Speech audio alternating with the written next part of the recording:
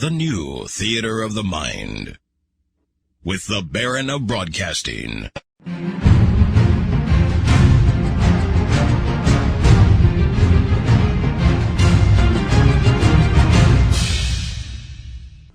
Welcome back to the Bruce Collins Show. We're very glad to have you join us. Tonight, we're going to be speaking to a person who is hiding behind the veil of anonymity with a false name because of an experience that she had last year. What makes her story so compelling? She's not revealing her real name, and she's not seeking money or prestige by revealing the details of her experience. The Bruce Collins Show airs every Friday night at midnight right here at WWPR, 1490 AM. You can listen to past archives of the Bruce Collins Show at ipbn-fm.com. That's ipbn-fm.com. There's a banner just for the Bruce Collins Show on the Intrepid Paradigm Broadcasting Network website. Click on the show banner and you will go right to our page. We would appreciate it if you're able to spread the word for our show by word of mouth, social media, or in whatever creative way you can. Also, we have a Facebook page for the Bruce Collins Show. Please like us there. And you can email the show at bruce_collins_show@AOL.com.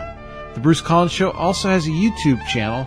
Visit YouTube, search for the Bruce Collins Show channel, subscribe, and catch all the latest shows on YouTube. Again, our guest this week is under the anonymity of a false name going by the name Violet UFO. We'll be talking to her about the unusual events and experiences going on in her life in a moment. Buckle your seatbelts, folks.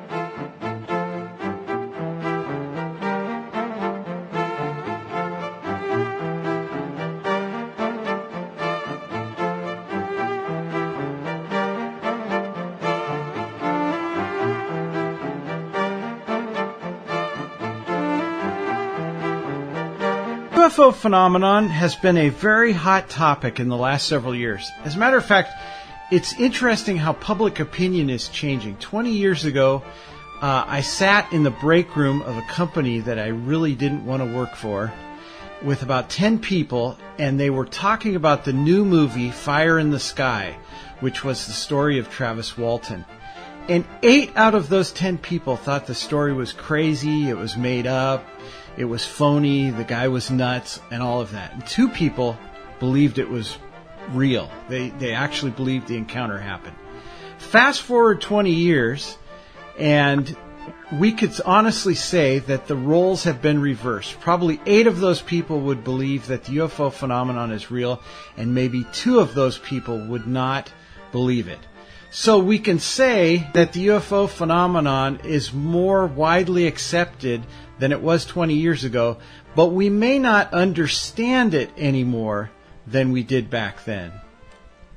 I'm very honored this week to welcome as a guest a person who goes by the name of Violet UFO. She's preserving her anonymity, and that is actually quite refreshing because most of the time when we have guests on this program who talk about UFOs, they generally want to generate fame for their research, or they want to sell a book, they're speaking publicly somewhere, and all of that. Not that all of the intentions out there are negative or bad. It's just refreshing to welcome someone onto the program that has an honest perspective and has an honest story about what has happened to her. Now, I want to say that Violet UFO has an online program called Violet's UFO Diaries. And you can find that program at vaughnlive.com. That's VAUGHN, VonLive.tv/Violet Hybrid. And she's also on Facebook as Violet UFO. And I'll give you those details at the end of the interview. So if you missed it the first time around, go grab a pen and paper. Violet, welcome to the Bruce Collins Show. Thank you very much for having me, Bruce. Thanks. Well, it's great to have you on. Now, I've heard your story, and it's quite compelling. So I want to go back to a year ago, and in trying to do my homework for this interview, I understand that you had an experience one night. Can you tell us what transpired? Yes. Last year, during the summer, I had a very real dream that I was standing on the back patio of my home, and I could not move my body, only my eyes, and I was looking up at a huge UFO craft. I did feel that, or did see through my side view vision that there was somebody smaller standing behind me, and I also remember having the thought in my head, if anyone else is seeing this, meaning the craft above, because it was fairly low and bright, and the lights are quite bright, piercing white and blue colors. The next thing I know, I'm in the craft. Before you go on, let me ask you one thing. As you're standing outside, did it seem like it was the same time as what you were dreaming? Like, for instance, if you were dreaming at 2 a.m., did it look like it was 2 a.m. at night? Yes. Mm-hmm. Okay, that's interesting. Yep. Yes, it was dark out. It felt late. So when I don't know how I got into the craft. I don't have a memory of that. I do remember standing in the window of the craft, looking out and still not being able to move, only my eyes. And I watched my home get farther and farther away. Mm-hmm. And did you see anything inside the craft? Yes, I did. There were, I never saw any faces. I didn't see a head, body, or hands, anything like that, just bodies. But there was a couple people, I don't know if you want to call it people, walking behind me. There was another one at a chair. And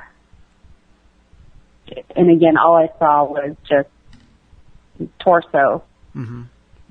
Mm-hmm. So when you said that there were people and you kind of laughed, were they humanoid people, or did they look more like a classic alien gray? Yeah, and that's the part I don't know, because I've never, on my Facebook page I have a drawing of that, and all I could draw is really just the torso area, because I never saw a head, I never saw hands or legs, just that torso area. And I do remember that they were wearing a uniform that was very tight-fitting, and it was grayish blue. It was dark. Yeah. Were there any insignias on the uniform? Not that I recall. I don't recall seeing anything like that. And the reason why I ask that is, are you familiar with Betty Andreasen's? I always mispronounce her last name, but it's Andreasen. Her story? I'm not. No. Okay, she was one of the early abductees or contactees years ago. I think it was after Betty and Barney Hill, but she had a widely publicized experience, and I was fortunate enough to interview her within the last couple of years. And she also says that the beings which took her had uniforms on, but she saw a bird-like emblem on their uniforms. Okay. Yeah, I didn't get to see that because there was no one really in front of me. Everything was just side visions. So I didn't really get to take a look. And I couldn't move, so I can try to look. Right, exactly. What were your feelings during this experience?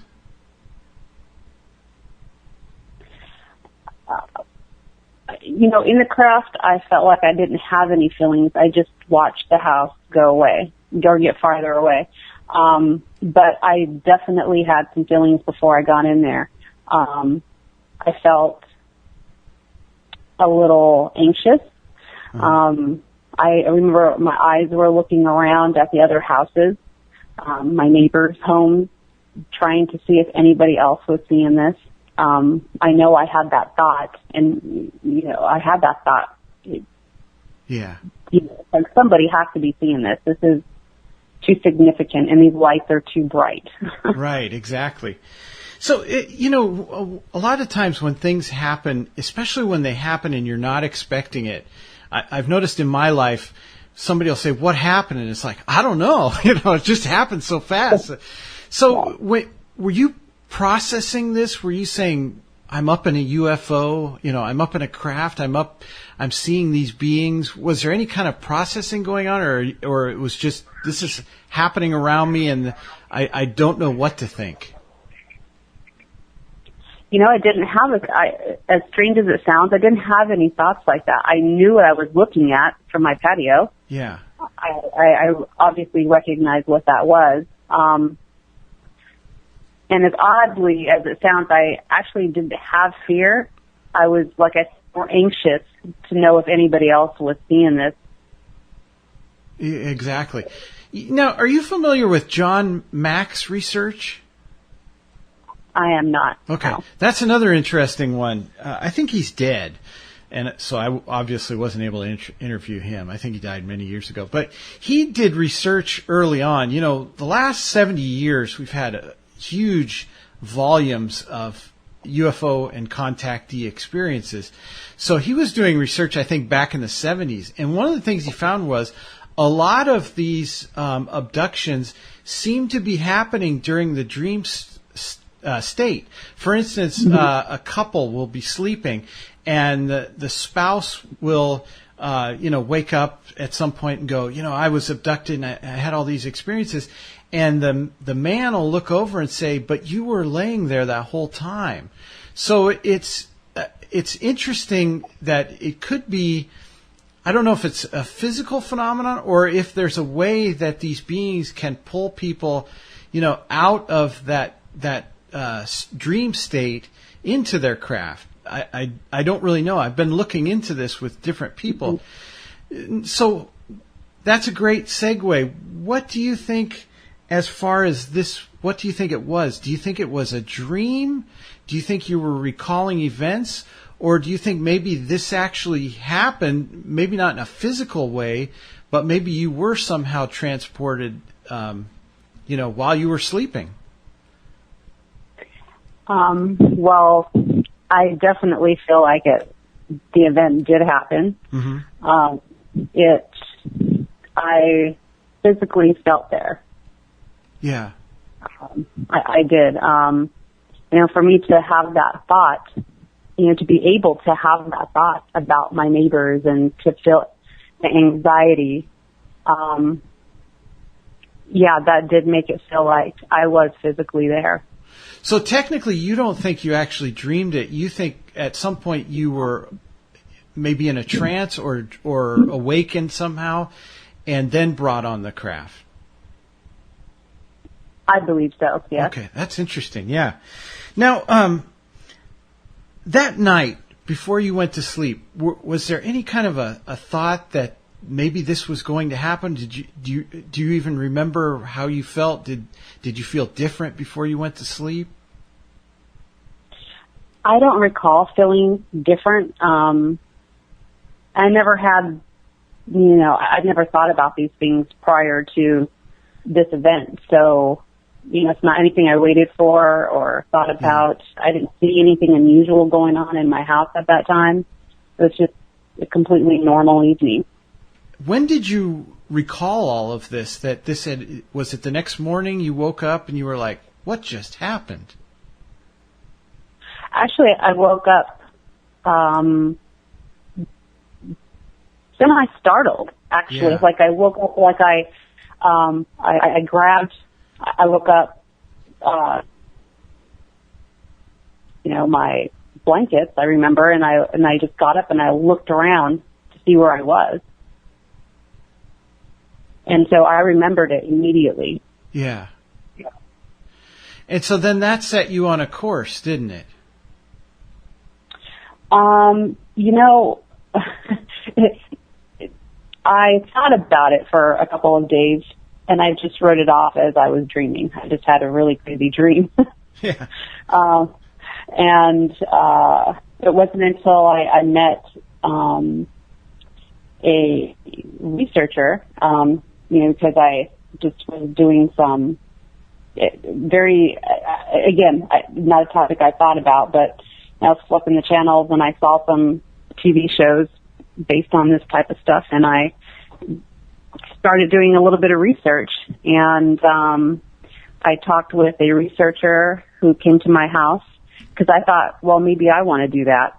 And because, prior to that, I had seen UFOs, and I thought this would be interesting, and shared my experience of that dream. And, in her opinion, based off of her many years of research, she said that that sounded like an abduction case. Mm-hmm.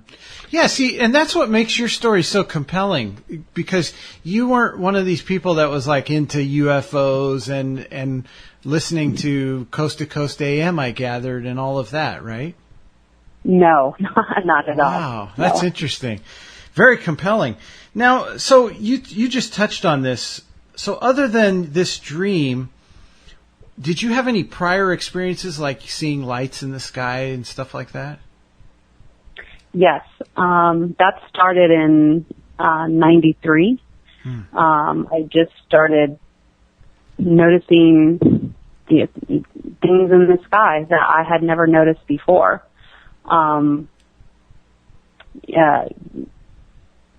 Well, I had shared, before, in 93, though, I did have a really bad accident, and just from what I've learned, I did have a near-death experience, which I had remembered 3 months after. Yeah.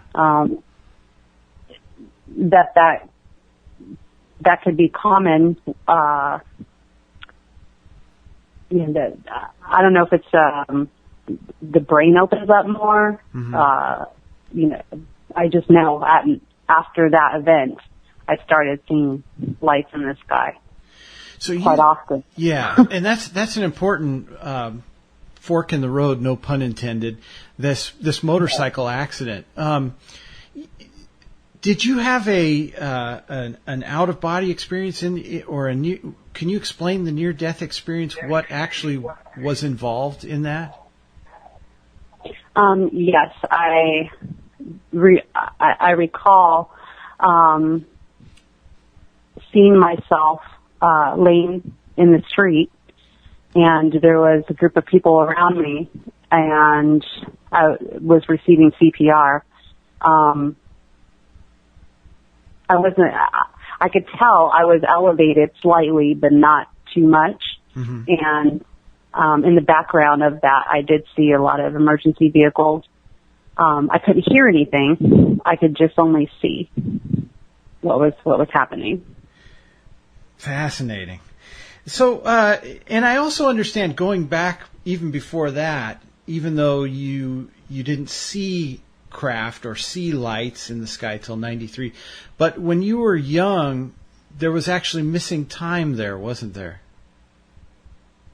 Yes. My mother shared with me some years back that on the beach of California, Southern California, it was a 4th of July night. She was out there with lots of friends, and I was there. I was 2.5 years old, and I went missing for about 30 or 40 minutes, and no one could find me.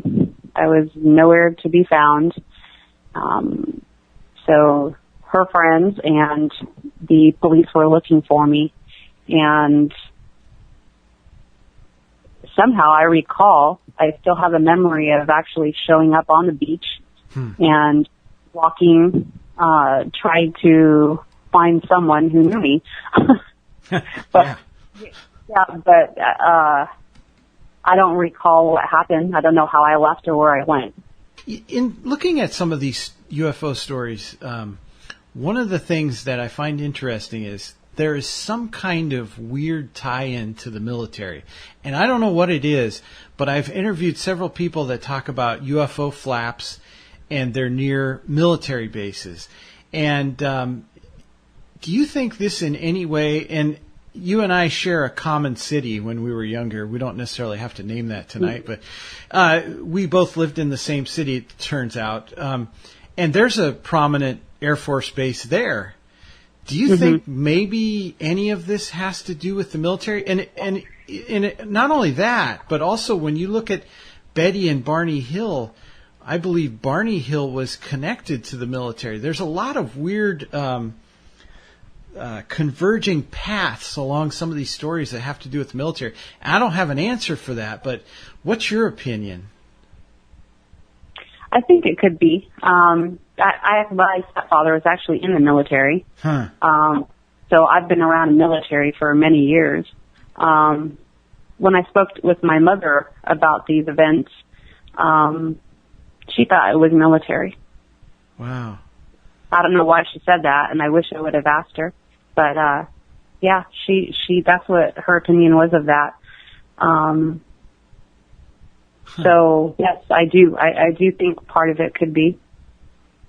And that even ties into Hollywood, because I often wonder sometimes what Hollywood is doing and why the UFO message is so prominent there. And half of the message is aliens are bad. The other half is aliens are a comedy routine.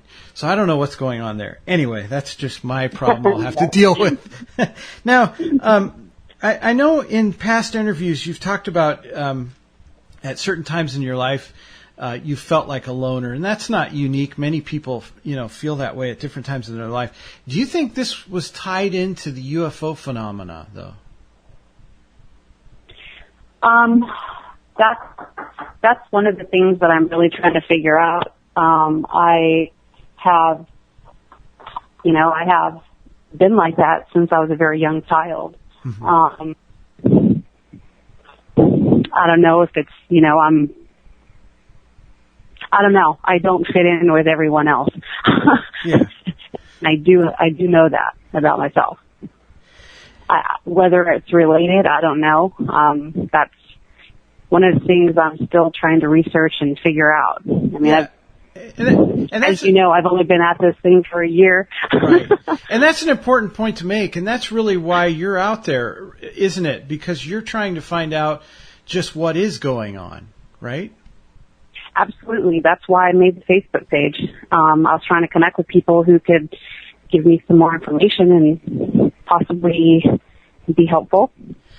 Given your perspective that you've been doing this for a year, are you disappointed in what we would call, quote unquote, UFO research? The guys that are getting paid who claim that they're researchers, by and large, they're pretty much just actors on a Hollywood reality show. What's your opinion now that you've had a year to kind of look at the whole UFO movement? Is it a mess? Well, what I found is that a lot of the old cases are being talked about quite a bit. Yeah. And, in my opinion, those are old. The research has been done. Mm-hmm. And they're just they keep grinding those cases. And I really don't feel like they know any more than I would. Yeah, exactly. I would like to see something different that way. Yeah. That's always been a question I've had for some of these researchers when I've had them on is, are we really any closer? I mean, like I said at the opening, it seems like society is accepting this more, but it doesn't seem like we know any more than we did when Travis Walton's movie came out 20 years ago. So it almost seems like we're going around in circles. Getting back to your story, though, you've had incidences of sleep paralysis. Can you talk about that? Yes, I have had, I've had one incident. Actually, I really haven't talked about this one that much, but, I remember I woke up when I was being put back into my bed. Wow. I would have been flat, laying, when I put down, I would have been flat on my back. Mm-hmm. But I remember waking up and I never saw who was in my room. I just remember waking up and I was about to lift my head to see, and, I could see that I'm not on my bed, but I'm getting there. And no sooner than I lifted my head, I was out again. Wow. And, every time this happens, though, I have to note that I wake up very late. Uh-huh. Usually I only need about 5 hours of sleep. So when something like this happens, I wake up anywhere from, 7 to 8 hours or more later. Huh. Another incident was, not that long ago, actually, when I woke up to loud noises in my house, and, it was quite late. Yeah. So that shouldn't have been, and, I can't really make out what the noises were. I just heard noise, and, I woke up and was looking around, and I knew I couldn't move again, and I looked to the right of my bedroom, and there was a black figure there standing. It looked like a man. I mean, I didn't see the face, but just the body, the shape of the body, it looked like a man in a suit. And what was distinct about him was that he was wearing a hat. Yeah. And that frightened me greatly. Huh. Somebody listening to this that maybe is not familiar with that kind of phenomenon would say, what? A figure with a hat on? But there are a lot of stories about shadow people, and one of the well-known figures that is seen is a figure with a hat on. Mm-hmm. So that is fascinating. Now when you saw this, again, you weren't into shadow people or anything like that, right? No, I didn't even know anything about that. Yeah. Mm-hmm. I can't even imagine meeting somebody saying, I'm into shadow people. But they're probably out there. They're probably listening to this show. But anyway, so that is pretty frightening. And you recalled this the next morning, is that right? I did. I actually, I took a look at that figure twice. I was able to see that figure twice just to make sure I just wasn't seeing things. Wow. And then from there, I had, I don't know what was going on or who else was in the room because all I saw was that person. But I was laying on my back and my feet, both of my feet at the same time, had this burning sensation go through my feet. Wow. And this shadow person didn't try to communicate with you or say anything? Or, No. Oh. It was very creepy. Just standing there. Wow. What about I don't believe, I believe the answer is no, but I'm going to ask it anyway. The quote unquote dream that you had, whether, real or you were recalling something, there was no communication either, I take it, in that experience. There was not. Okay. No. I mean, oddly enough, it really, after looking into this topic for some time, people talk about all these things that happen to them, or it's just, but me standing in a window, it just didn't seem like, in my opinion, when I look back on it now, that, and then you have people or beings walking behind you kind of just casually.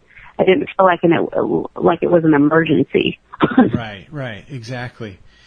And a lot of times you'll hear stories of people who have experiences with the aliens, we'll call them aliens and UFOs. these beings, they have these experiences, and then their children will be visited or abducted. Have you ever gone back in your family, and do you know if there's any kind of a history where other people have been abducted? Well, I actually haven't really opened up to anyone about my experiences except for my mother, because she's the one that shared the time, the missing time. Right. All I do know is that, well, I take that back. I did share last year with my uncle.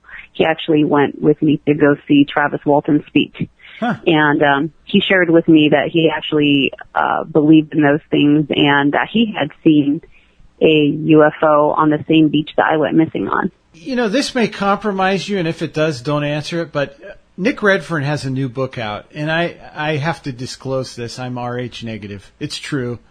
I'm a hybrid. No. But I don't know what I am, actually. I think I'm human. Given that, does that story at all resonate with you? It does, because I'm also negative. Okay. I didn't know how to ask that directly. Yeah, I am.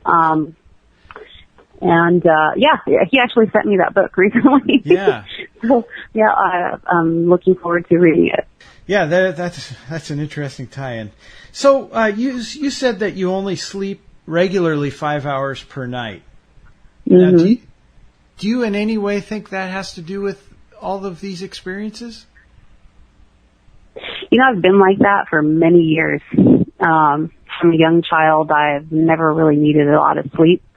I'm not really sure why that is. But I think I feel good as anybody else having a full night's sleep. You know, they say get those 8 hours. Yeah. That's how I feel after 5 hours. Okay, 5 hours so sleep. the public perception would be she only gets 5 hours of sleep. She's got to be sick all the time. You're never sick, though. I'm never sick. I'm Wow. never sick. I have been around contagious people. I have, I've gone many years without going to the doctors. I don't even get a cold. Yeah. Wow. I do. So we got to ask, because all of these things are somewhat unique. So do you think in any way that you feel like a loner, you're never sick, you only sleep 5 hours a night, you've had all of these interesting experiences, do you think you could be a hybrid? Well, I don't know. I threw that idea back and forth. Honestly, I didn't even know what that was until Christmas of last year. Yeah. I had no idea what that was. And someone explained it to me, and I thought, okay, well, maybe, just maybe. And then when, the picture I have online, when I saw that, I started thinking about it further, with the eyes. Mm-hmm. I started thinking about that in a little bit more serious tone, because, it was so unusual. And that wasn't the only one that's so unusual. It's just the only one I posted. Explain that picture. It was a picture of your eye. Yeah. What are you showing in that picture? Yeah, that picture, I was just, it was at nighttime. I was in my room, and I was going to just snap a selfie, and I somehow messed up and didn't get my full face. But, you go back and you check at it and you look at it, and my eyes, they were shaped differently. And I blew that picture up to look at it and wasn't really sure what I was looking at. And the eye that was seen in the picture, it looks like a cat eye. That's the only way I could describe it. And again, we should remind our listeners that Violet is on Facebook, Violet UFO, and also she does a program online, Violet's UFO Diaries, and you can find out more information about that at vaughnlive.tv, /Violet Hybrid. And again, we'll mention that at the end of the program. Now, since you had that dream a year ago, have you had any UFO or alien contact? Everything has been, it feels so indirect. One of the frustrating things is that I want to see who is taking me. I want to know where I'm going, and I want to know why. Right. And everything feels so indirect. Like I can't see anything. Everything is very limited, and that's really the frustrating part of it all. And another thing I understand, as if your life isn't different enough, now you're having apocalyptic dreams. Can you talk about those? What kind of experiences are you seeing in these dreams? Yes, those actually happened before the abduction. Oh. And those were happening in like 2005 or so. They were going on for a couple years. And I was having dreams of events that were happening or were going to happen. For instance, I had a dream that there was going to be a helicopter crash in the Grand Canyon. And I think it was the next day or two later, I turned on the news, and sure enough, there was a crash in the Grand Canyon. Wow. Yep. I've had other ones where I wake up in my dream, or again, I don't know, where I'm in a situation where I am having to make a decision, life or death situations, like as in a battle. Then I have another one that was a frequent reoccurring dream where I was running through what looked like maybe an apocalypse. Yeah. I just remember, there was destruction, fire, and I'm running. I have a child with me, and I have arsenal on my back, and I'm just running.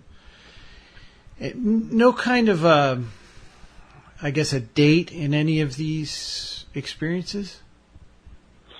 No date. No. I felt that one, that reoccurring one. I almost felt like that one was like something that's going to happen in the future. Yeah. And I know this is hard. I'm asking you these questions, and it's like, I don't know. I'm trying to figure out what all this is, but I'm trying to see if you get a sense, because it's interesting. A couple of years ago, I'll just make this quick sidebar. I interviewed a doctor, and he said, Bruce, what do you think is the average? And he was talking about how bad medical service is. He said, what do you think is the average time that a doctor diagnoses your problem when you go in to see him? And I said, 5 minutes. And he said, no, on average, it's 16 seconds. He said, they get you in the door, out the door, they've got the next patient. And he said, sometimes they misdiagnose people because the person says, I have a stomach ache. And he says, here, take this. And he didn't express all the other things. This guy said, if the doctor would let you talk for 2 minutes, you would pretty much at the end of 2 minutes self-diagnose yourself. I don't even know if that's grammatically correct, self-diagnose yourself. But anyways, you would get to the point where you would kind of go, oh, maybe that's what my problem is. So I'm sure you've thought about this a lot. What do you think about these apocalyptic dreams? Do you think, first, do they tie into the whole UFO experiences that you've been having? And if so, what do you think that could be? Well, I do think it's tied in somehow. Mm-hmm. Based on the things that I have researched, I would say that it's preparation for something. Yeah. And because going back to childhood, I've always kind of been isolated from everybody else. Mm-hmm. So I don't know if that's on purpose, now that I look at things. But I've always taken care of myself. Yeah. And so I think so. I think even though I would never hurt a soul, Yeah. I think that it's preparation for something, and I just don't know what. I really don't. And also, I understand in the course of your life, I don't know if it's been lately or over 20 years or all of your life, but you oftentimes see the same numbers over and over again, correct? I do, yes. And that was about the time that I was having the dreams too. I would see 7s, 3s. Sometimes I would see the number, like on the clock, it would say 1, 2, 3, 4. I mean, they're not the same, but right. There's just that pattern there. But I mean, so one day you'd wake up, it's Tuesday, and you'd go, there's a 3 on that door right there, and then I'd walk over here and there's a 3, and somebody hands me a piece of paper and there's a 3 on it. That kind of a thing where it's a reoccurring 3? Like well, if I see a digital clock, it'll say 333. Oh, I see. Okay, I got you. 333. Yeah. Or if I notice an address somewhere I'm driving, it'll be the same numbers. That type. Yeah. They're never separate. They're always together. Do you have any ideas about how this would fit in? Is it a message? I really don't know about that. I do find it odd.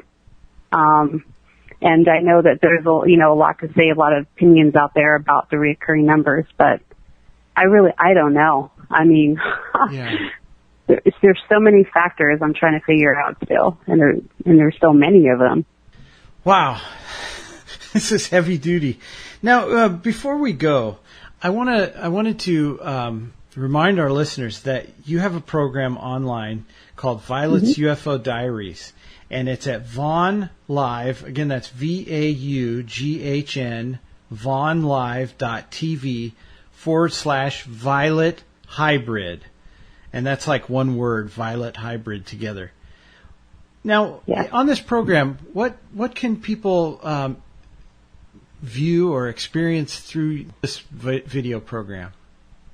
Well, I made that actually because I thought that, again, I'm learning as I go about this topic, and I wanted to talk to people who were interested in this topic.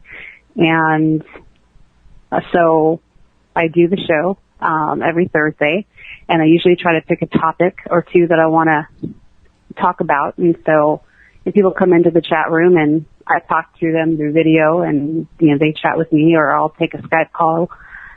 And I just feel like, because this especially this past year, has just dramatically changed so many things in my life that I want to talk about it, and I want to get other people talking about it too, because I do feel it's very real, and I want to get that message out there, and I want people to talk about it.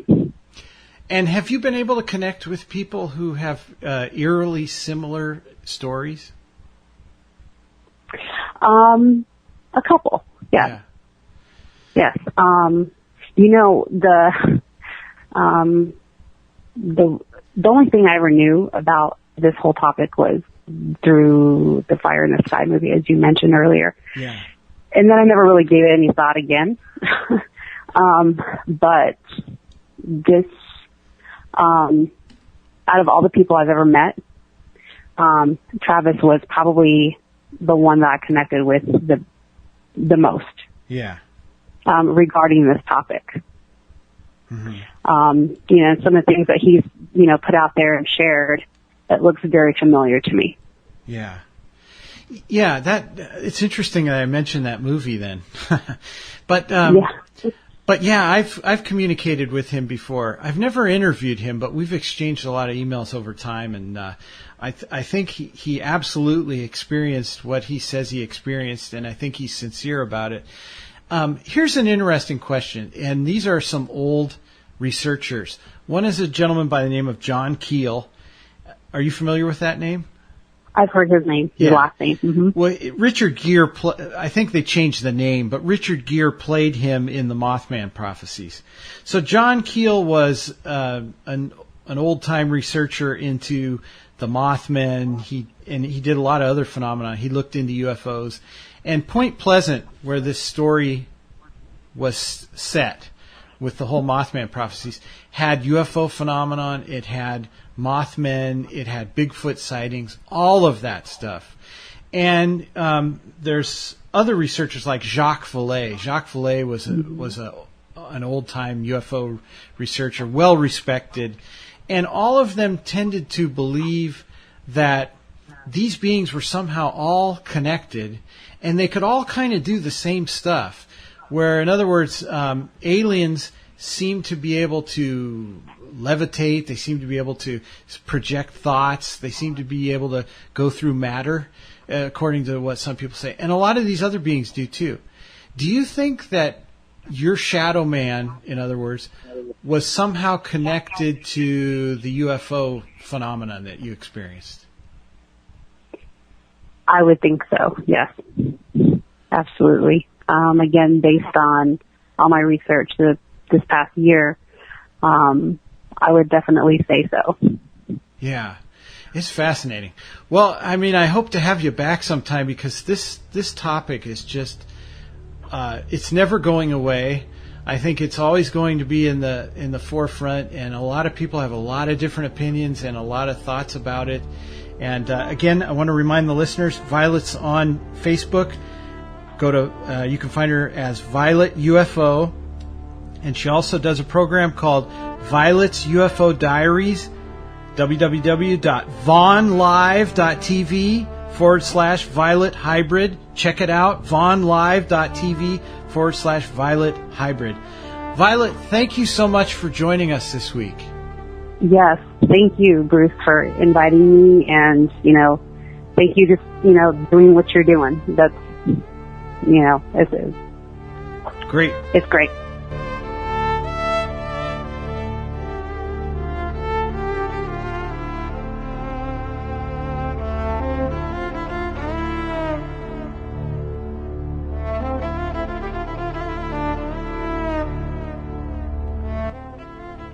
I want to thank my guest this week, Violet UFO. In about a month, we're going to be welcoming back Joe Jordan.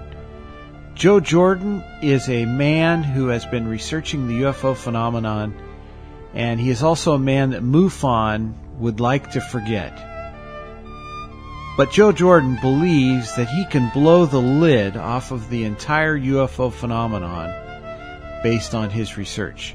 So I hope you can join us in November for the interview with Joe Jordan as he talks about the UFO phenomenon and how he knows of dozens, if not hundreds, of people who have been able to stop the abduction phenomenon. Please join us for that episode.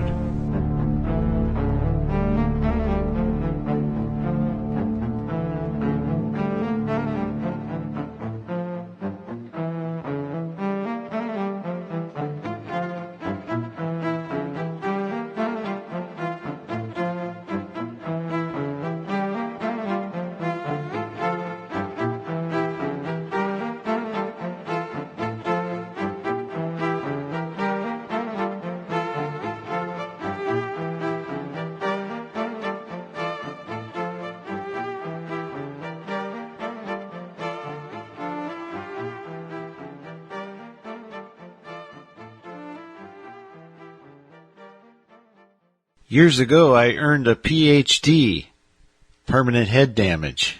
The Bruce Collins Show, daring to take radio past the point of no return. Gentlemen, start your engine.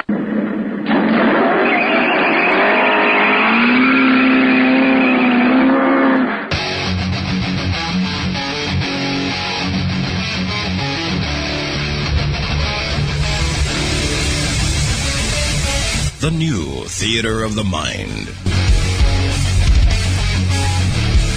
with the Baron of Broadcasting,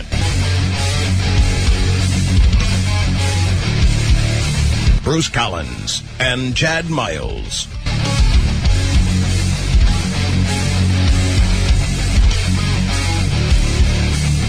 The Bruce Collins Show.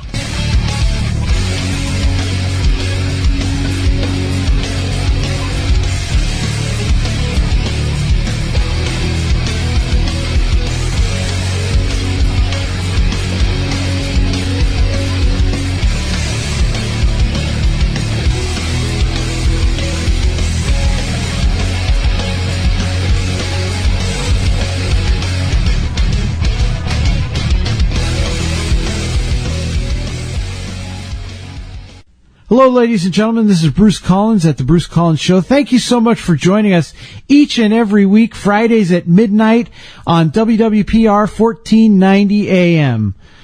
We would ask that you would support all of your favorite charities that help to spread the gospel, clothe the needy, and feed the hungry. You can do that as thanks for listening to our program. We ask of no monetary payback from you, only your listenership and your dedication to making the world a better place. Thank you so much for listening. We hope you enjoy the show. Warning, Bruce Collins Show. Don't try this at home. All right, folks, that's right. It's Brett Big Schwag Wagner, the host of Speed Channel's Pastime. And listen, when I need advice on life or anything else that's out there that's bothering me, I listen to the Bruce Collins Show. Why aren't you? Once upon a time, there lived a young boy named Bruce. What happened to that young boy? He became a major headache.